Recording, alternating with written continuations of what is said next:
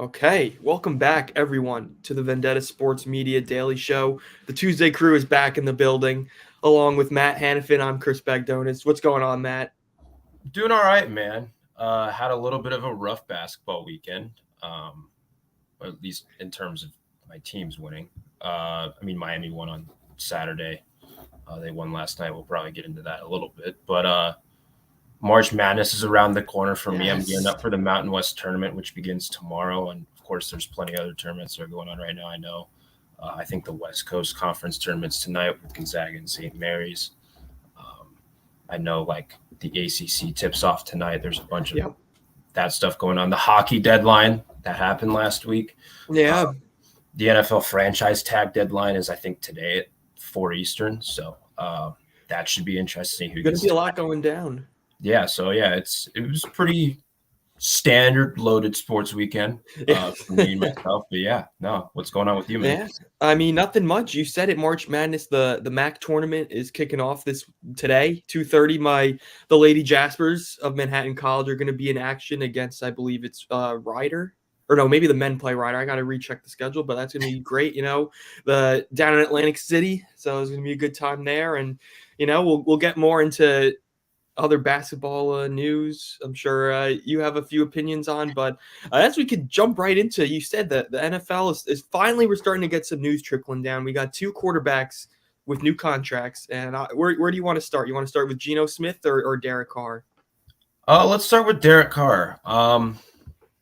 He signed yesterday. It was, I think, a 4-year, $150 million, $100 million guaranteed. That felt about right, and that came in over the weekend of like there was smoke about like, oh, maybe the Panthers and Jets, like maybe they're making one final push. Maybe there's a couple other teams that are interested. But in the end, it was kind of where it began with the Saints. I know that was like one of the first rumors of the offseason, or at least after Carr got cut, was, oh, the Saints were looking at him. They didn't have to trade any draft capital to get him. They didn't have to trade any assets. And so that's a plus for them. They also, I think, would have like saved money they saved money by the contract that they signed him to, right, instead of the contract that they would have traded for. And so that's also a plus. But like I looked at a little bit of like the confines of the contract yesterday, and it feels like 100 million guaranteed over 4 feels about right for him. He's good, not great.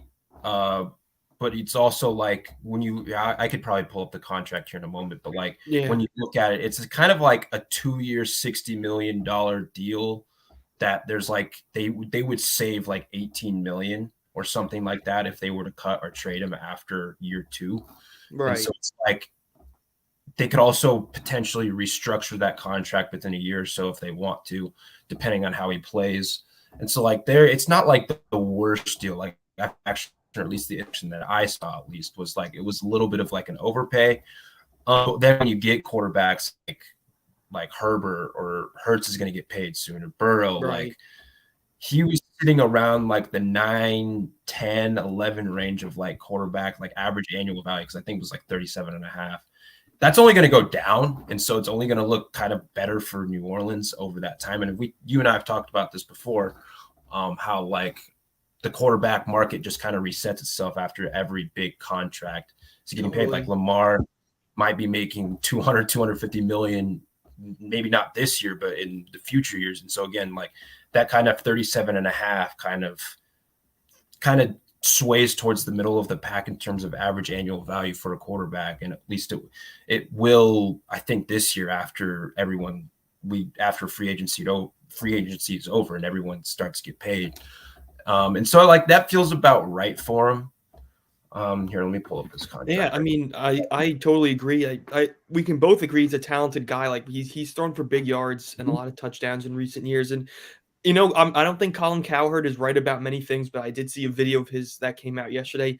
And the one thing that the Saints do provide him over the Raiders is just so much more stability. It's not going to be like a bit of a circus act, with John Gruden and the ownership but you know, Mickey Loomis is like, you know, a real steady hand in the front office, an elite defense year in and year out. Obviously, they were pretty much missing a quarterback last year. They were, you know, relying on Jameis Winston and that kind of three-headed monster of Andy Dalton, Taysom Hill. But now, like, and you said it, like, I think the structuring of that deal really helps out with the Saints cap situation right now, and it's going to age nicely. Or like you said, they may just cut ties with him in 2 years. Yeah. Okay. So I mixed up the numbers a little bit. They would save about 29 million, but he would have a 17 mil cap hit or dead cap hit if they did cut him after a year or two. Oh yeah, I see that. And so, I mean, I think let me look. I think the same thing applies the same thing applies in that year if they were to trade him pre-June 1st. So, again, like you could restructure the contract and everything. And New Orleans, for at least the last few years, and even this year too, they hop through all sorts of cap gymnastics. And so it's like, even if they did see the 35.7 mil next year or the 45.7 mil in 2025 and still wanted to keep them, they could probably restructure that to a way where they could still save money off the cap as well as restructuring other players that they have on their roster. Because I don't say, I can't remember who off the top of my head, but they've already restructured like at least 3 or 4 guys already. And so it's like they're still, even with this signing, I mean, I know the new league year starts, I think, next week, but like even with this new kind of deal, they're still going to be restructuring contracts because I think they're still a little bit over the cap. Here, I can look right here. And so it's like there's still moves that they probably are going to make. And I think the most obvious is Jameis Winston, right? Yeah, Jameis. I think they're saved like 4 or 5 million, something like that, or at least like they don't. I don't want to say they save a whole lot. Let's look at it right now. Jameis, they would save 4.4 if they cut him, but if they designated him to a post June 1st cut, they would save about 13 million. I don't exactly remember. Like, I think you can designate someone post June 1st right now. But regardless, like they're going to save money from there. I'm sure they're going to restructure other players too, but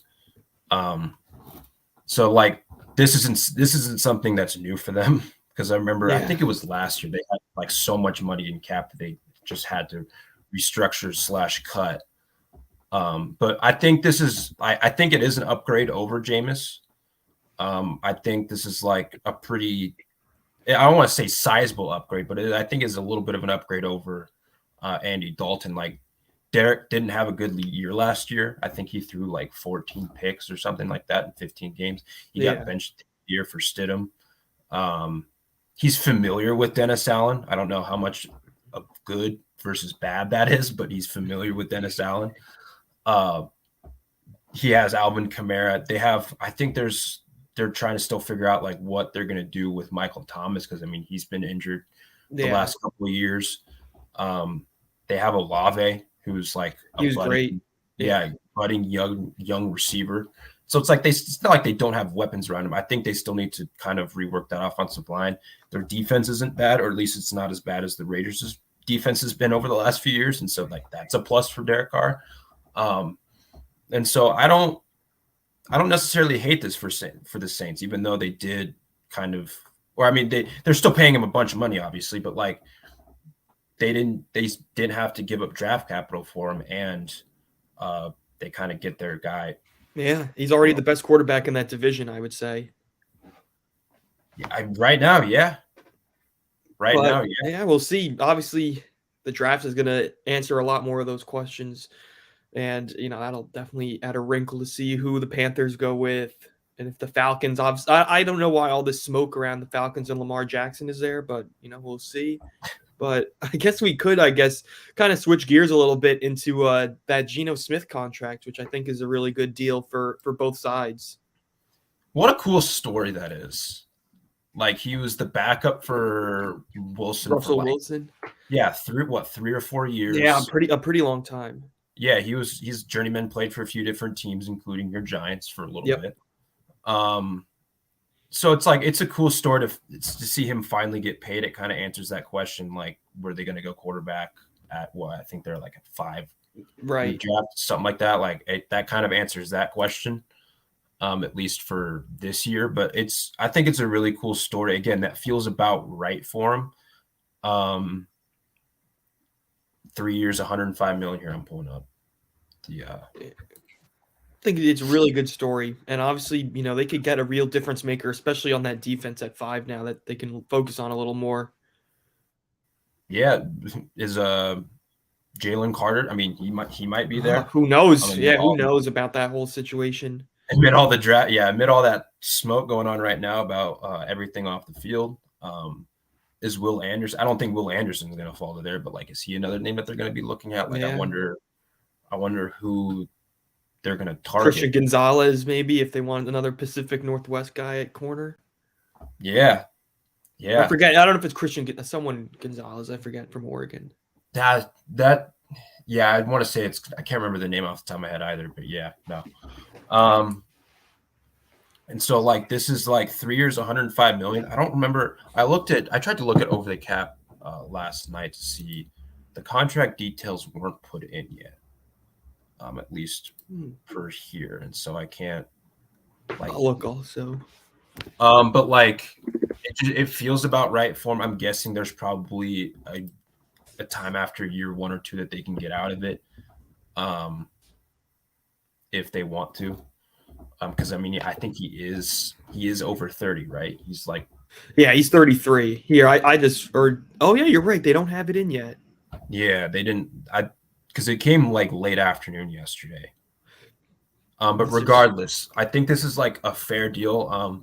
Kind of transitioning into like, what do you think this means for Daniel Jones or Lamar or like someone like, as we talked about a little bit last week, like Kirk Cousins? Like, what do you think this kind of just does to the rest of the kind of quarterback market, whether it's for in extension purposes or whether it's for signing? What do you think this does? I mean, I think Daniel Jones's agency is definitely not happy with this news. Obviously, we've heard reports of 45 million being thrown around, and both Geno Smith and Derek Carr, their average cap hits are comfortably under 40 million, and I was thinking about it from all the different angles you could take, and at least based on last season, you could say the Giants could go straight to Jones and say, look. You look at Geno Smith and Derek Carr, they're both good for at least 20 to 25 touchdowns. I think, Derek Carr had 24 and Geno had 30. Obviously, it may not work out the same way this year, but it's also, ball security. And that's the big thing Jones worked on this year. He just became such a much more stable presence with the ball in his hands, whether it was as a runner or as a passer. He did a lot better. And I'll give him credit for that because that was his whole that's one of the reasons why the Giants declined his 50-year option is because it just seemed like this guy could not keep the ball safe. He was just a turnover machine. And obviously we saw Brian Dable come in and Mike Kafka come in and really revolutionize his play. And we saw how the Giants did this season. And I think Jones, maybe if he's lucky, can end up with maybe 4 years, 160 million. But I mean, you look at Dak Prescott, that's the exact number he got from the Cowboys. And are we ready to say that Daniel Jones and Dak Prescott are the same caliber of quarterback? I'm a Giants fan, and I personally think that answer is no. I still think Dak Prescott, for all his mistakes in the playoffs, all the labels that are put on him, I still think he's a pretty good quarterback, and he can carry a team at least for the regular season into a pretty good position for the playoffs. But I don't know. It's going to be very interesting to see how this shapes out for Jones, and also like you said with Lamar, I think. For Lamar, I think it's still the sticking point is the guaranteed dollars, right? Because he's still comparing himself to that Deshaun Watson deal with Cleveland. Yeah, I mean, I wonder what, like, because as I mentioned earlier, the franchise tag deadline is today, and from what I kept reading, is that, is that they're likely going to give him the non-exclusive tag, which means that like he could. It's for about, I think, like 32.5 million, somewhere around that number.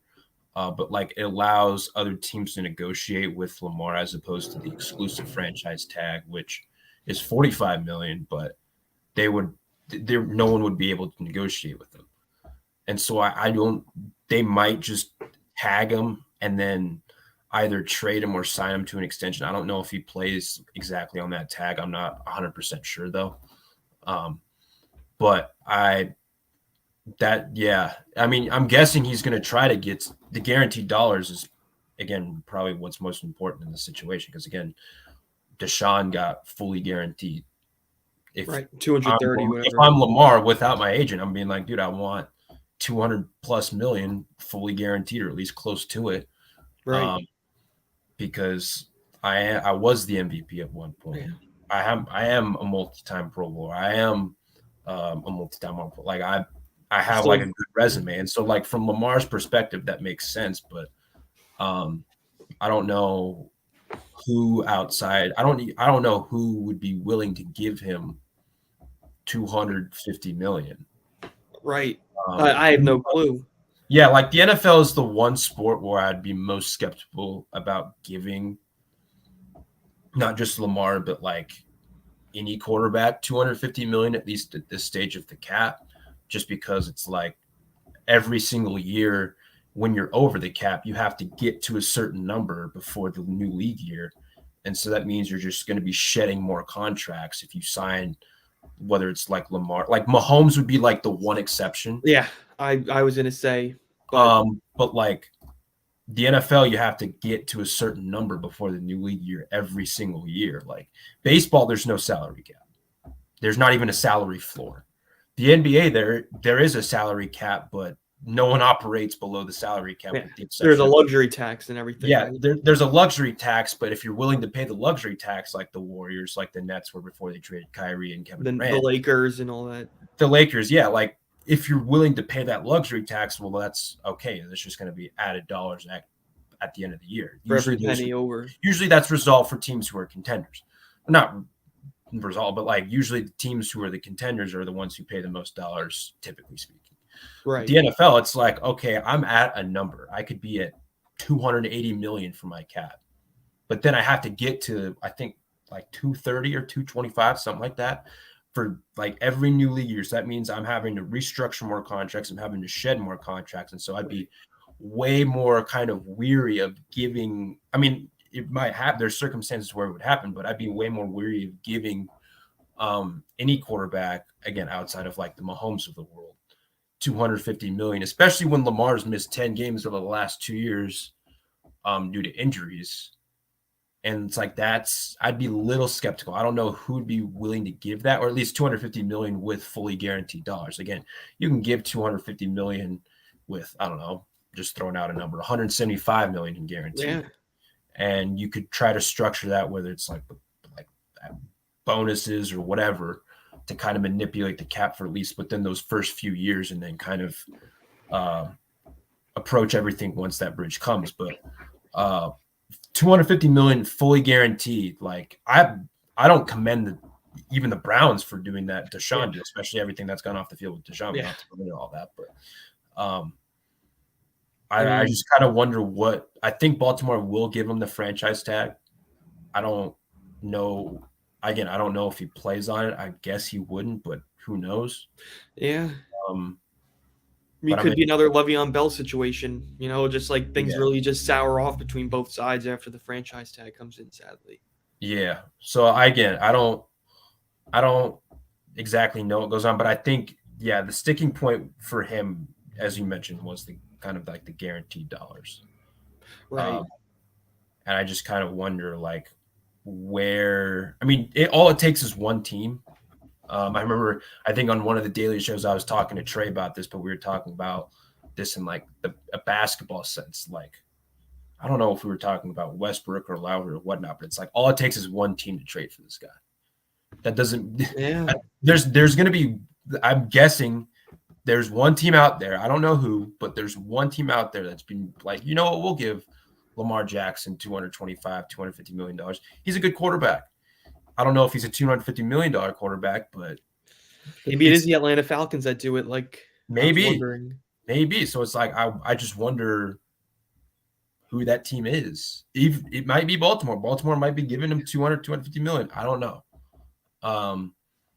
but I wonder how that kind of takes place. Will a team drive up the price? And it's like, even if I think if they give him the non-exclusive tag, if a team negotiates with Lamar and they sign him to whatever deal that they sign him to, Baltimore gets 2 first-round picks out of it. And so like that's not the worst Wow. thing in the world That's either. not the worst thing at all. I don't know what years those first-round picks would be. I'm guessing it'd be the following 2 seasons, but I don't know. But regardless, they would get 2 first-round picks out of it. And so like that's not the worst thing in the world if that were to have happened. But then you're left without a quarterback. So Right. So it's a double-edged sword, totally. And I guess the only good thing is that we'll find out sooner rather than later, all things considered. But I do want to pick your brain about the Vikings because obviously, there's a lot going on. You could talk about Kirk Cousins and how it affects his market, or we could talk about Eric Kendricks. I'm honestly just gonna leave it to you, Matt. Whatever direction you want to go in. this bummed me out. It's officially the end of an era for Eric Kendricks. He was a second round pick in 2015. He was I looked at it yesterday. I just kind of refreshed my memory. He only had 1 All Pro, which was kind of surprising to me. Really? Yeah, like I thought he was. I mean, this was obviously a biased perspective, but I thought at least throughout his prime, from like 17 to 2021, that he He was was one of dominant. yeah, Yeah. he was one of the best linebackers in the league. But you could tell at like last year that he's a little past his prime. I don't know if the role that Donatel had him in was very conducive to success. I felt like he was playing a lot more like on tight ends and on running back. He was always good in coverage. Like he was a very good coverage linebacker. He was very good at reading the quarterback's eyes. But it felt like he was manning up a lot more last year than it just felt like. I don't know if that's true or not, but it felt like he was manning up more last year than in previous years. And I don't know if that at this stage of his career that fit his strong. So I think he was still like fine, like he wasn't bad or anything. He's not like washed. Like he still got juice left in the tank. But like Right. again, from a cap perspective, it also makes sense for Minnesota because they saved nearly 10 million. I think they saved like 9.5, something like that. They're still 15 million over the cap right now, and so like they're still in position to potentially cut or restructure Harrison Smith, who's kind of another who entered around the same time Kendricks did. Zadarius Smith, I know they'd save, I think, upwards of 12 million, something like, or it's either 11 or 12 million if they cut him right now. There's someone Danielle Hunter, you think could he be a cap casualty? Possibly. I mean, Dalvin, they might. Yeah. They'll do it, but Dalvin could be a cap casualty. I don't know. I mean, Thielen's another one, Right. to where they would save like a few million, like I probably want to say like $7 million or something like that with if they cut Thielen or something right now.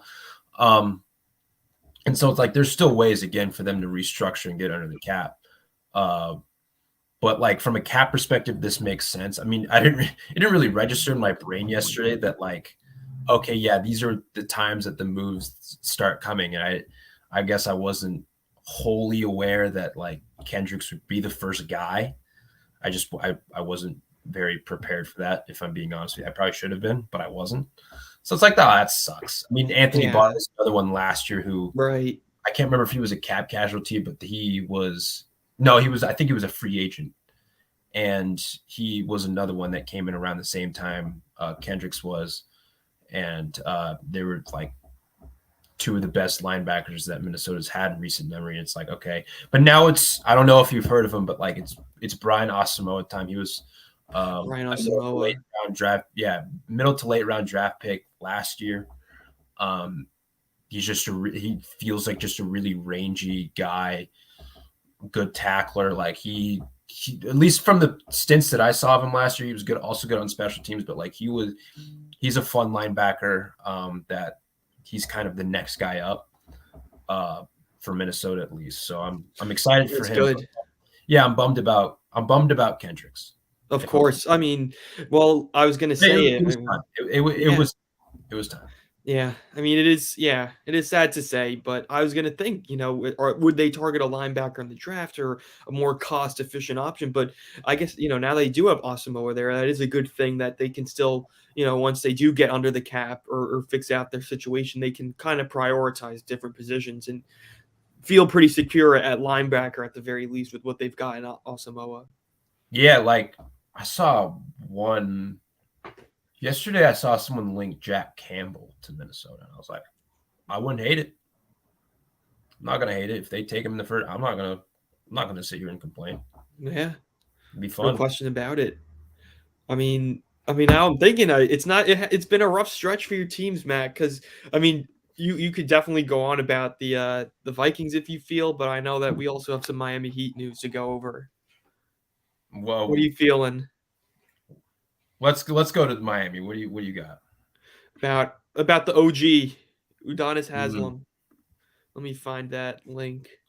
That was one of the weirdest news dumps in recent, or at least like Sunday news dumps that I can remember, because like Garrett tweeted yesterday. He had a tweet yesterday where it was like someone checking on Matt, like Udonis Haslam's retiring and Eric Kendricks got cut or something. It was something like that. I'm Yeah, paraphrasing to say that. And I was like, we've known Udonis is retiring since August. Like he pretty much came out and said that. Like he had a quote like early last week that he's like, this isn't, I've been losing sleep. This isn't the way I want to go out or something that's right. like that. So it's like, we've known about this for a while, but I still saw people on Twitter on, I think Sunday when this came out, it was like they were like, yeah, like he's finally calling it quits. It's like we've known about this for a long time. Like this isn't really new information. I mean, I think this was just like reassurance that he's Right, retiring. Like if they win the title, are you gonna retire or something like that? But it right. was one of the weirder news dumps because I did see people run with it, being like, "Oh, he's finally calling it quits. He's finally hanging it up." It's like this would be equivalent to like if D Wade his last year when he announced like the Last Dance just came out in February and was just like, "Yep, guys, I'm calling it quits." It's like we've known about this for 6 months.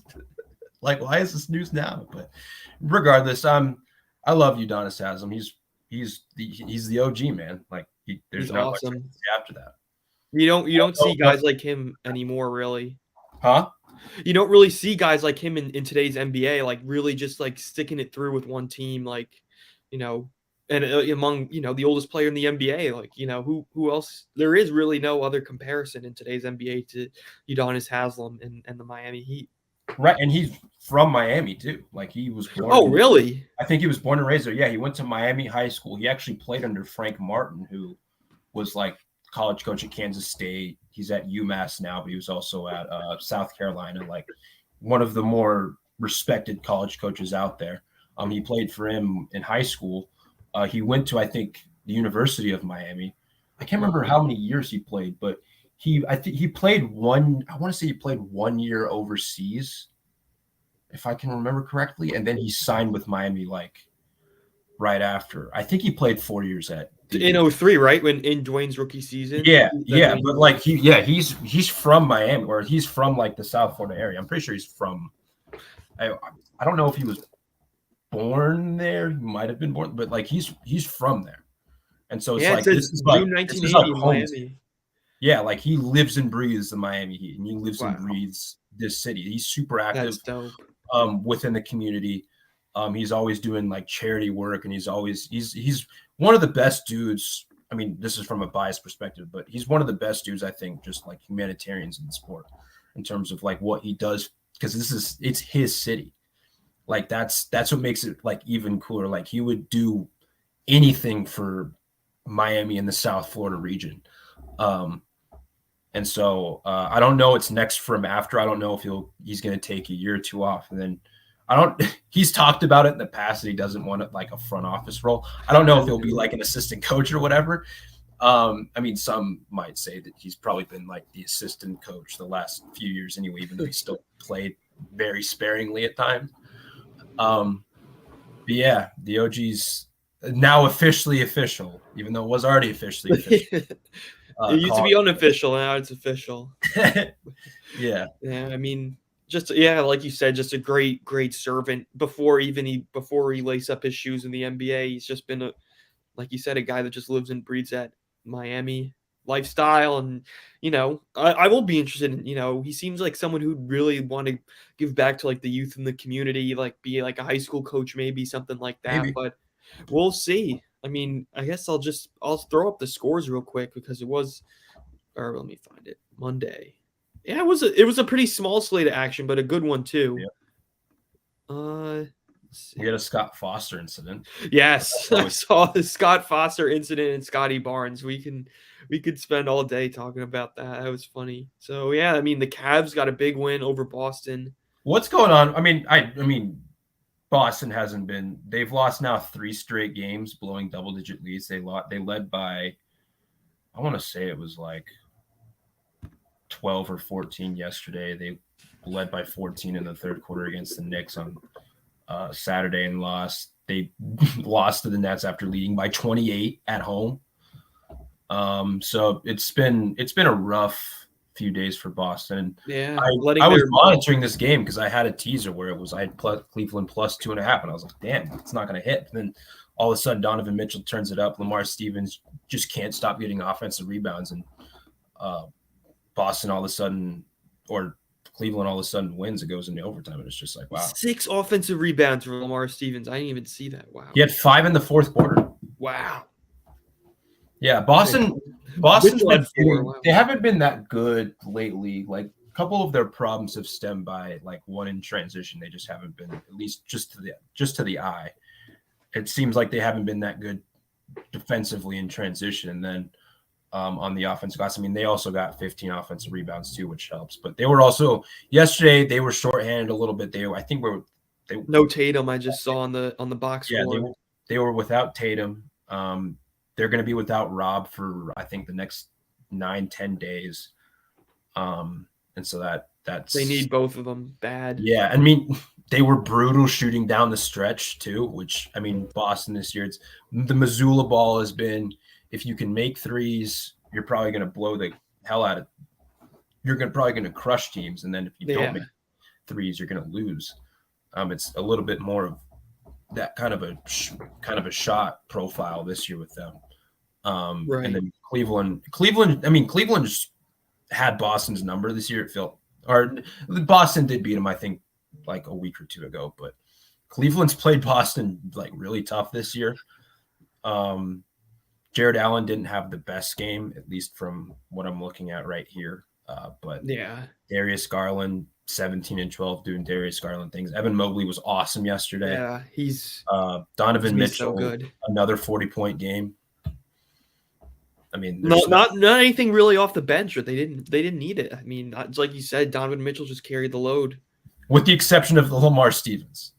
Yeah, and those offensive rebounds, and I mean, look, this is my one interjection I'll have. And you said that the Cavs have played Boston like hell. I know another team named the New York Knicks that have played the Celtics like hell. I don't know if you told me in October that the Knicks would win 3 games off the Celtics this year, I would have called you crazy. Yeah, I don't want to talk about the Knicks. They hurt my soul. Yeah.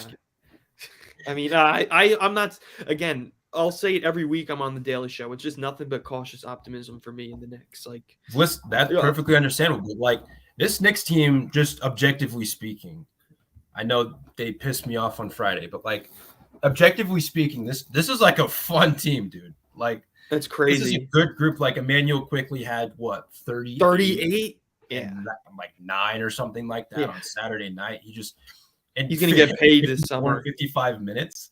Like, I saw something yesterday on Twitter where it was like some reporter asked him about like the minutes that Quickly had, and Tibbs responded. I don't know if it was like in like a mild manner, but he was like, "Are you the minutes police or something like that?" I don't know. I don't know if that's real or not, but regardless, it made me laugh. That is the least Tom Thibodeau thing I've ever heard. Right. Minutes police. But like Emmanuel Quickly has just been freaking awesome this year. And to think they were going to trade him, like they were going to cut ties, and like it shocks me. It's shocking. Right. And then like the Julius Randle piece, like he's probably back, or at least like surpassed what he did in 2021 I when he agree. was outstanding that year. And then, of course, the Jalen Brunson piece. I know they were without Brunson on Saturday, but Brunson's been simply incredible this year. And then, of course, Josh Hart's been an important acquisition, even though he's not always lighting it up in the stat sheet. Yeah, like Julius Randle, 25 on fairly good efficiency too. And it's 25, 10, and 4 on like, and even like I'll just speak from like the Miami perspective on Friday. Like it was so annoying. I'm like, I get it, but it was so annoying that he was just making contested shot after contested shot over Bam, over Jimmy, like that last shot to end the game. Oh, the Mike Breen double bang just so like infuriating going against him. Like, but that's sometimes a Julius Randle experience. Like he'll get that one sidestep, 3 raise. He does have a little bit of like Carmelo Anthony in him. Yeah, like you could put like there's just times where you could put 5 guys around him, hypothetically speaking, and he'd still like raise up over you and make it. Like he's been that effective at certain points this year. And that's not a bad thing. Like he's been really good this year, at least especially after last season, how like everything kind of tailed off and we were wondering like, oh, are they going to trade him? Like, is this his last year? It felt like he kind of lost the fan base a little bit. At least you could speak to that more than I could. But it was a bit of a testy situation. Yeah, it felt like it got a little messy last year, but then this year everything's kind of come together from it. It helps when you have a point guard like Jalen Brunson to set you up. But even it just looks still a lot like what he was doing 2 seasons ago. And he's been outstanding. He's been close to lights out. I mean, like, you just said it. Like, I mean, I don't understand that. Like, Emmanuel quickly could realistically ask for 6 or 7 or 8 figures on a contract this offseason. Right. Just how he's been. I feel like you could call me crazy. I feel like he could be the closest thing to Jamal Crawford in today's NBA, just coming off the bench and just being a pressure cooker. Silly. Yeah. He kind of reminds me. I mean, this is like the worst comparison ever. But like just the impact that he's had off the bench kind of reminds me of what happened with D Rose 2 years ago. Yeah. When he at least when he got to New York. I mean, but again, terrible comparison just because of like the age discrepancy and everything. But Quickly he might be the front runner for 6th man of the year at this point, right? I mean, I know Brogdon was probably the front runner, but he's missed a few games. I mean, Westbrook, there was some smoke around that. That was a little weird. When I did my midseason projections, it was I had Mathurin just because he was leading all bench players in scoring. I know that's kind of, I don't want to say tailed off. That's lost steam a little bit. He's probably close to the top, but he's not exactly there. I mean, Quickly right now is probably towards the top of being a front runner, I'd say, especially after what happened. So. Yeah, I mean, look, 13 points off the bench, 36% shooting from 3. Like it just, he's not gonna wow you, but he just gets it done, and I don't know how. Like especially this Boston game just really opened my eyes. Like I've always been a Quickly fan ever since he was given a D+ on draft night by the Knicks, and that is also just a mini tangent. I don't know how in the world Leon Rose in this front office has just managed to find diamonds in the rough in the end of the first and second round. You look at him, Quentin Grimes, you look at Mitchell Robinson, that was before this regime, but like, I don't know how the Knicks find what's that? Miles McBride. Oh yeah, Deuceberg McBride. Like it is just really impressive how they're able to get some amazing value. Like, you just see teams really just forget about those picks in that range of the draft. Meanwhile, the Knicks are just, they're kind of a step ahead, a la the Miami Heat. You can, just being able to find guys, that other teams just don't really have that eye out for. Yeah, like especially with, I remember just looking at it with Grimes and McBride in that particular instance, like you could tell in college that these were like Tibbs guys. Like when Grimes was at Houston playing under Kelvin Sampson, like he was just the Kelvin Sampson's, like you're gonna have to defend. You have to have a motor. Yeah, you have to have a motor. Like that's what Kelvin Sampson teams are like, and that's the same thing with I pressed Virginia, but at West Virginia under Huggins. Like McBride was like he and who was the other guy? I'm losing Javon Carter. Like those 2 guys that were just like hard nosed, like you're gonna have to defend, and we're gonna get after you. That was that kind of like their profile, at least defensively, and like just from that side of the basketball, those are Tibbs guys. Like if you're gonna grit and grind it out, and you're gonna dig into the mud, like McBride and Grimes are like two like hard-nosed, blue-collar type players. That's how they were in college, and that's exactly how they are now. And as you mentioned, they're finding, so to speak, diamonds in the rough. But like these guys are like Tibbs guys, and you could tell when they were coming out, and it's worked to their benefit so far. Same with Quickly. Yeah, it is remarkable because you know pretty well that pretty much everything the Knicks used to touch just would fall apart, and now it's kind of done a 180 where the Knicks have become a respectable team more or less, and again I wonder from your perspective, because Knicks fans like myself, we have been clamoring for that star, that superstar to walk through the door.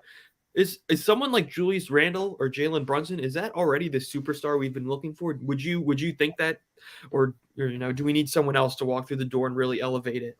I would say there's probably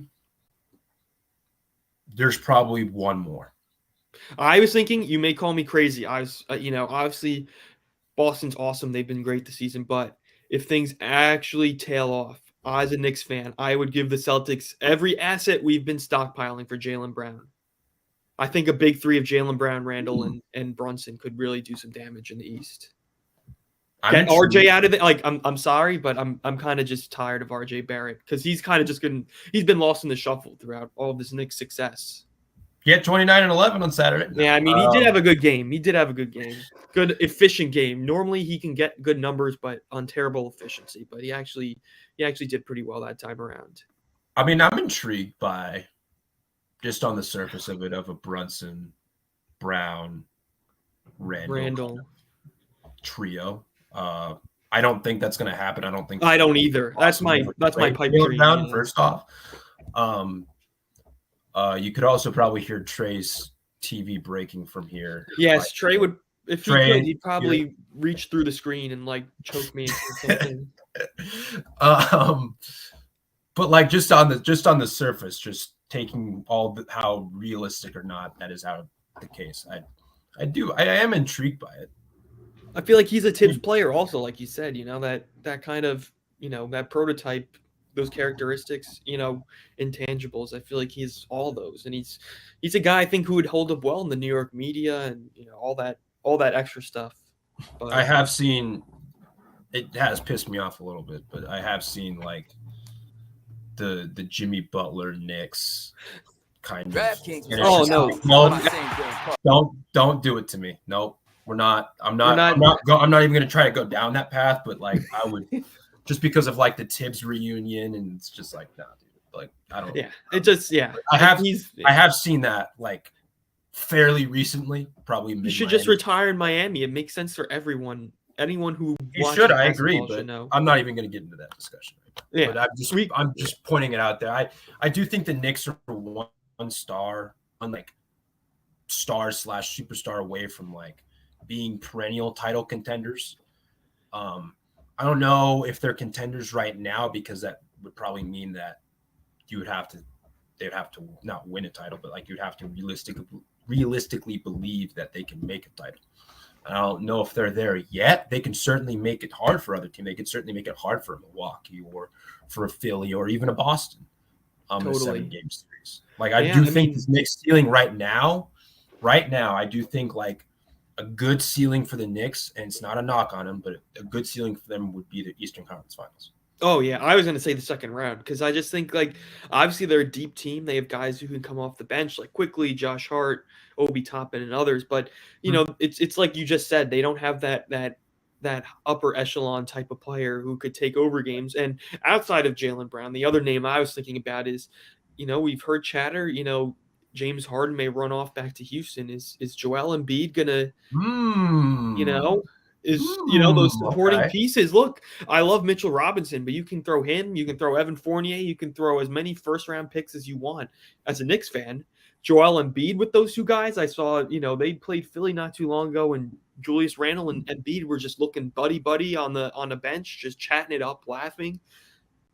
And I think Joel Embiid, obviously, you'd think if he ever left Philly, he's a guy who's made for a team like the Lakers and kind of taken that mantle of the great big man in LA. But, the Knicks, I feel like it could also be a match made in heaven.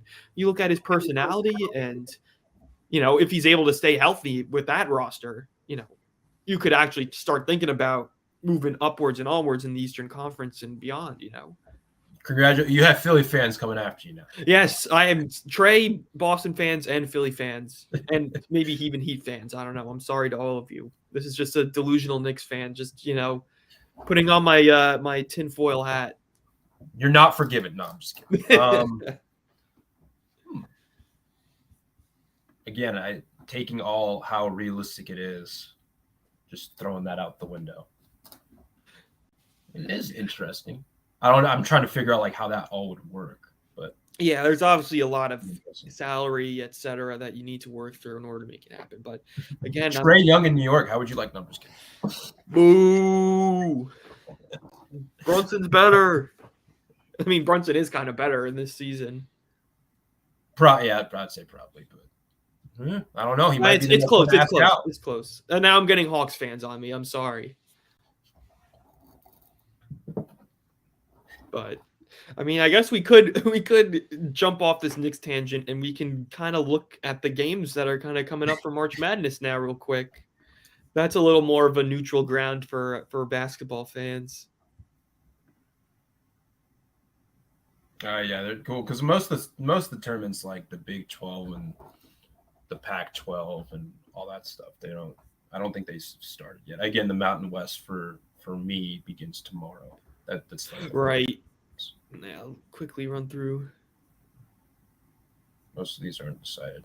We can look at the other NBA action. Yeah, let's circle back there actually. Oops, that's not NBA. All right, scores. So we didn't really hit on that. Yeah, I mean, now we were just talking about Philly. Tyrese Halliburton drops 40 points and 16 assists in a Harden at 20 shootout. Harden at 20. Oh my goodness. Yeah, I think he had 20 assists. Yeah, 14 and 20. Wow. I mean, that you talk about a shootout. Yeah, very high scoring game. It was tied at 76 or something like that at half. Wow. Very, very high scoring game. Halliburton, I mean, yeah. I mean, I'm thinking how much longer are we going to see this Pacers team? They got some pieces, man. We talk about Halliburton. We talk about Benedict Mathurin. They're keeping Miles Turner around for a couple of years. They can fill out those wing positions. I know Buddy Hield's been pretty good this season. Kind of finding his shooting stroke again. Yeah, and Turner's 47. contract is tradable after this season, and because they had a weird they structured it to where it's like a $35 million cap hit this year, I think. But that changes. Gotcha. That drops. I can't remember the exact number, but it drops to 15 to 20 million the following 2 seasons. I believe. I'm not 100% sure, but it is still a tradable contract if they want to. I don't know if they will. Right. I know Rick Carlisle likes him, so. And he's probably having the best year of his career too, just in terms of he looks stronger. He's playing well defensively. I think he's playing better in the post and on the interior better than he has been at really most points in his career. And so I think this kind of first full year without Sabonis in the front court has really kind of helped him out and helped grow his game to an extent. And so, I like Miles Turner. I like what he's done this year. But, yeah. Me too. I remember covering that extension piece a couple of weeks back, and I think it's good. It makes sense for both sides in the trajectory the Pacers are on. But here, I'll throw the other scores up. Blazers take out the Pistons. All right, not much of a surprise there. Triple double for Damian Lillard. Dame's just on a different. He's on a different plane. Different wavelength. Yeah. He had 23, 11, and 11, I think, after 3 quarters yesterday. Wow. It's just he already had it locked up. It's like meanwhile, the Pacers. James Herrick Not much to not much to love here. Yeah, no, I mean, I like how the Wiseman experience has gone. I kind of Yeah, I talked mean, about that in the power rankings that will come out at some point today. Spoiler alert. spoiler. But I like how Wiseman has played so far, just in the brief stints that I've seen from him in Detroit, with this kind of extended role around him. But ever since, I mean, Ivy's kind of had a roller coaster of a season, but he's definitely developed his playmaking, as you see with the 13 assists, but just from the reads that he's making, it feels like he's making things quicker and Starting to process. acclimate, yeah, to the Yeah, he's NBA starting to game. process more. And it's helped having these ball handling reps as a lead initiator without Cade Cunningham. I don't know if that would have developed as quickly as it has with him. But it still sucks that Cade Cunningham's hurt now for the year, because I was kind of looking forward to seeing this I Detroit know. for the season with Cade and Ivy in the backcourt. Well, I guess now you kind of speculate, if this group falls into Victor Wembanyama, things could be looking very different in Detroit next year. And that would be weird, because it's like with Wiseman and Jalen Duran and Isaiah Stevens. Like, I wonder how they would manage that front court if they would have landed atop the Victor sweepstakes. Not saying they wouldn't, Yeah, but it's also like, what happens if they get scooped? yeah, and it's gonna be tough. I mean, Yeah. if they do end up with number two, it could be kind of like a Chicago Bears situation where you can, put that pick up for sale and just see who really, what teams really value the player that's going to be there. I would love watching either of the Thompson twins with Jaden Ivey, just the athleticism. Oh yeah, Like Amin Thompson is a freak athlete. I don't he know if you've gotten to bounces. watch. Yeah, Yeah, he just glides on a basketball court. Like, it's not even just he just glides, and he's a very good playmaker. I know the shooting will probably have to come around at some point. I think it probably has a little bit already, but regardless, like Amin Thompson, who is probably the projected third pick, or he's probably at least a projected top 5 pick, along with Jaden Ivey. Just from a personal perspective, I think that would just be sick to watch, because of how athletic and how explosive either or both. But that's totally. Yeah, and then I guess we see your Miami Heat. They pull it out in a pretty dramatic fashion against Trae Young and the Hawks. I'll throw that box score up. It was the Hawks just could not miss at the start of yesterday's game. They made 15 of their first 18 shots. They shot 63% in the first half. Like, Miami's point of attack defense wasn't good at all. They weren't really containing, at least in my opinion, they weren't containing Trae and Murray well, and that Atlanta's offense was kind of operating off that. But it also helps. I mean, Miami was able to get stops, especially late in the game, but in the second half in general. It helps when Miami makes shots. They hit 16 threes. They shot 55% from deep. Over their last 5 games, they're shooting north of 40%. I think it's like 40.6. It's a good habit to have this time of year. Small sample size. Miami hasn't been able to shoot all year. And that even includes the piece of crap Philly game that they had right after they beat Philly without Embiid that you and I talked about. Well, they lost they beat Philly with Embiid, and then they just got completely slaughtered without Embiid. Oh my gosh. And so it's like Jimmy Butler, 26, 9-9. He was really good. It's so nice to see Duncan Robinson get 14 and just at least have some semblance of confidence off the bench. He only hit 3 threes, but Robinson this year is kind of, I mean, just within the last couple of years, he's struggled. I mean, when he signed the 5-year, $90 million deal, it was an offense at the time that was kind of built around him and the dribble handoff. I mean, they would work off that with Bam's playmaking ability, but a lot, like, their staple 2-man action was Robinson and Adebayo in the dribble handoff.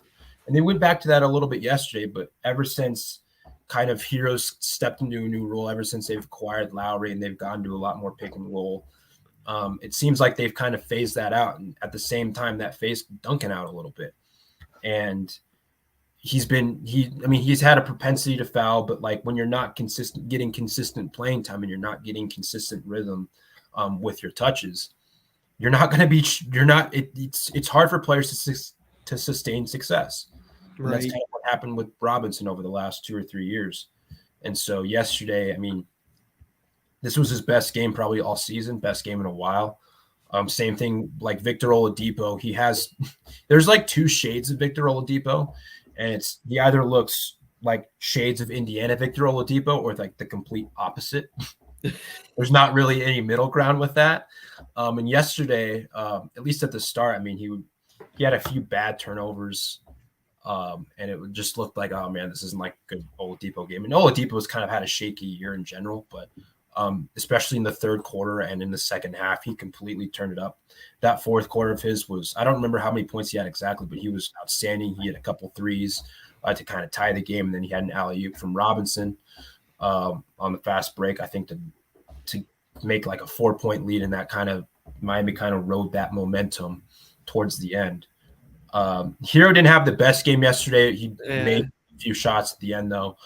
He's one of Miami's more clutch kind of. Yeah, I mean, 3 from 3 is not terrible. You know, you're almost at 40%. Right. Caleb Martin, my guy, Caleb Martin, he was awesome yesterday. He had 16 points in the second quarter alone. He had a few big stops, including on the last possession. He stripped Trey. I think they were up like 3, and Trey was driving to the lane. Caleb stripped him. Miami got the ball back, made a couple free throws, and that was that. Yeah. Zeller, again, is not filling up the box score. He's still trying to acclimate himself a little bit, but he hasn't been bad. But it was just an overall good team performance for Miami yesterday.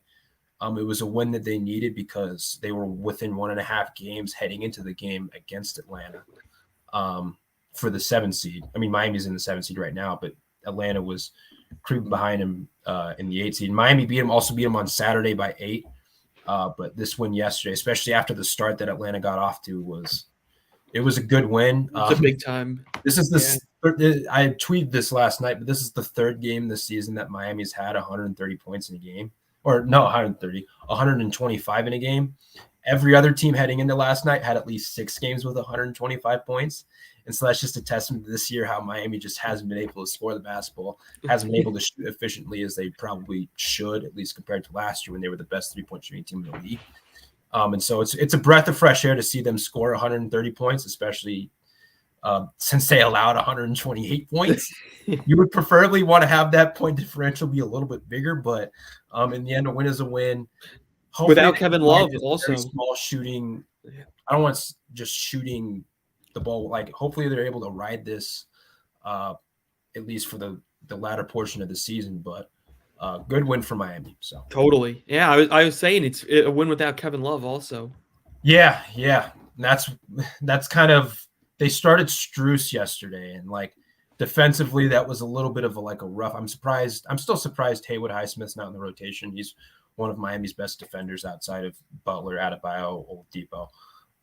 But yeah, Miami went with Strus. I mean, it also did hurt him on the glass a little bit because Clint Capella was getting like several offensive rebounds. It's like this is not great, but again. They were able to come up with the win despite that's all that matters this time of year. Yeah, despite Atlanta shooting 1,000,000,000% from the floor. They were able to win. Yeah, and then we got obviously we can talk about lighting the beam a little bit, and also the whole Scott Foster incident as Jokic and the Nuggets were able to pull it out at home against the Raptors. As someone who bet Denver last night, this was a disappointing way to win. Because it was just the whole Toronto was up at least for a majority of the game towards the end, and then I'll get the shot cast. We'll see. Yeah, and then Sky Barnes picks up the technical, and it's just he didn't do anything either. And they said at the end it was like he said something to question the integrity of the refs or something like that. It's just doesn't every player do that every game? In terms of just talking back to the refs, isn't that what exactly are we doing here? And Denver's last 8 points were scored via the free throw line, I believe. Already we got 3, 4, 5. I'm pulling up the trick right now. 8, 9. But yeah, it just completely flipped the script to the end of the game, and Jokic didn't have the most. I don't want to say best game because he still had like 17. He still had a 17-point triple-double, but Just Jokic things. yeah. Where is this? Okay, here I'm sharing this tab. Gotcha.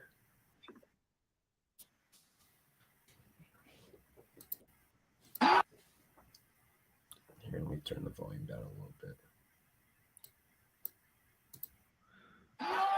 And they're going to call a foul, and it's going to be on Jakob. And a technical, and Barnes just got thrown out. Technical on Scotty Barnes. And Scotty Barnes just got thrown out by Scott Foster. He's like, what did I do? Nick Nurse is livid. There's never a time where Nick Nurse isn't livid. Yeah, that's also true. To refs during game. Yeah, no, it's Scott Foster doing Scott Foster things. The Kings also won, which was cool. Yeah, I'll throw that on real quick. I might Kevin have to jump out pretty soon.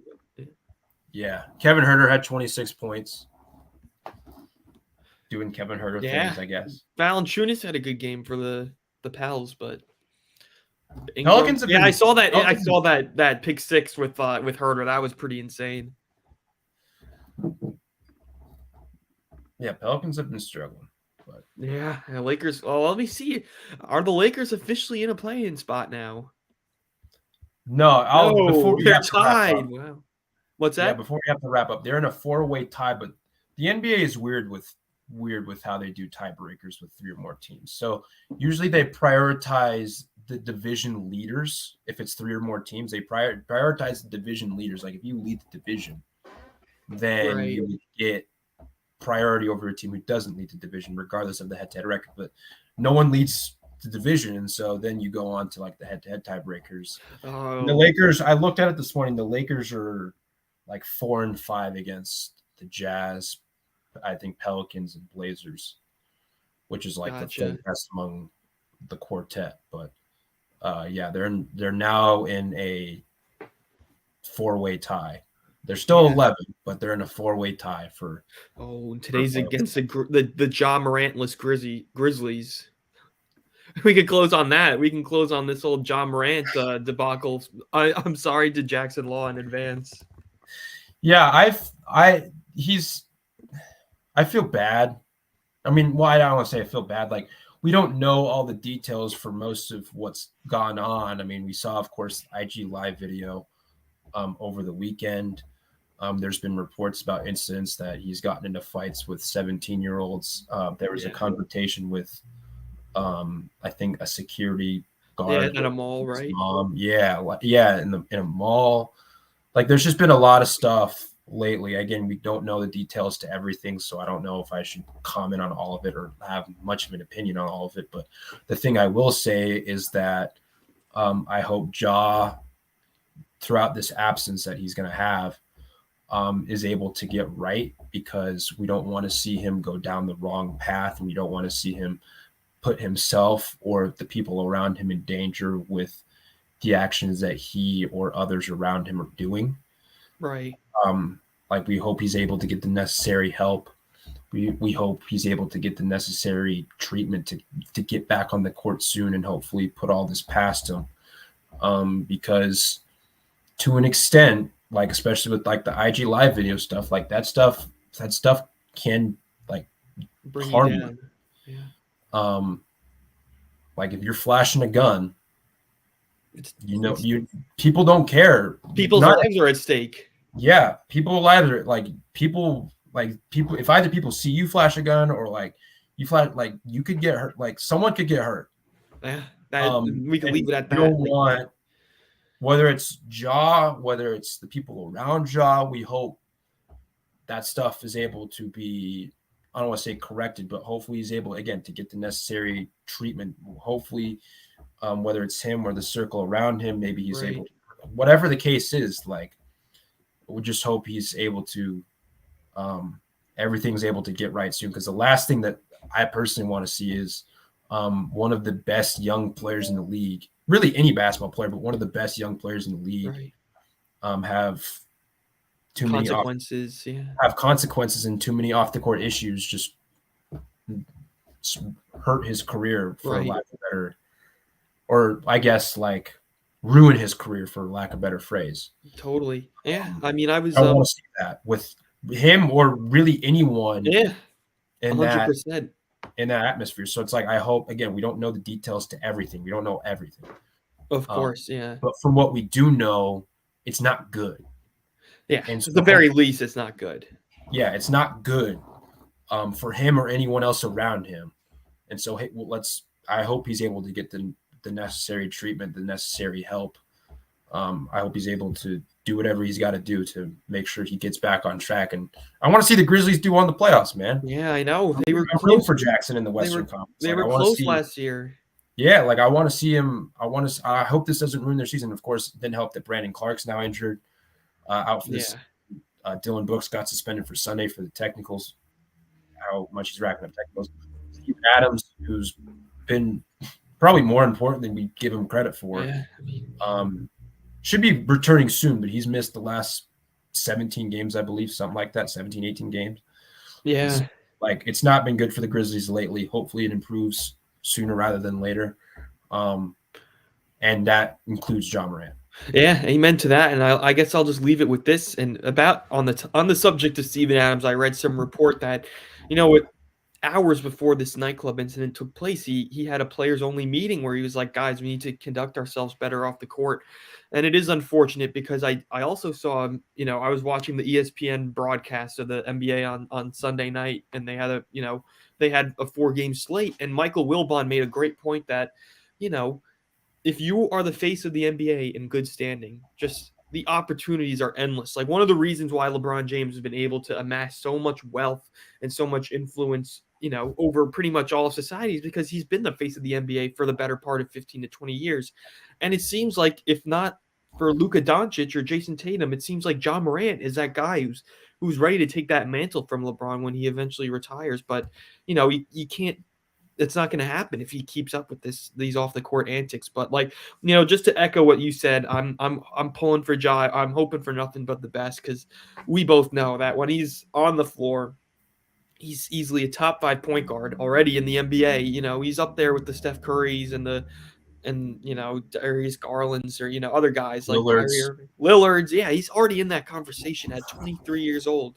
And the last thing any of us want to see is for him to throw it away over stuff that's not on the basketball floor.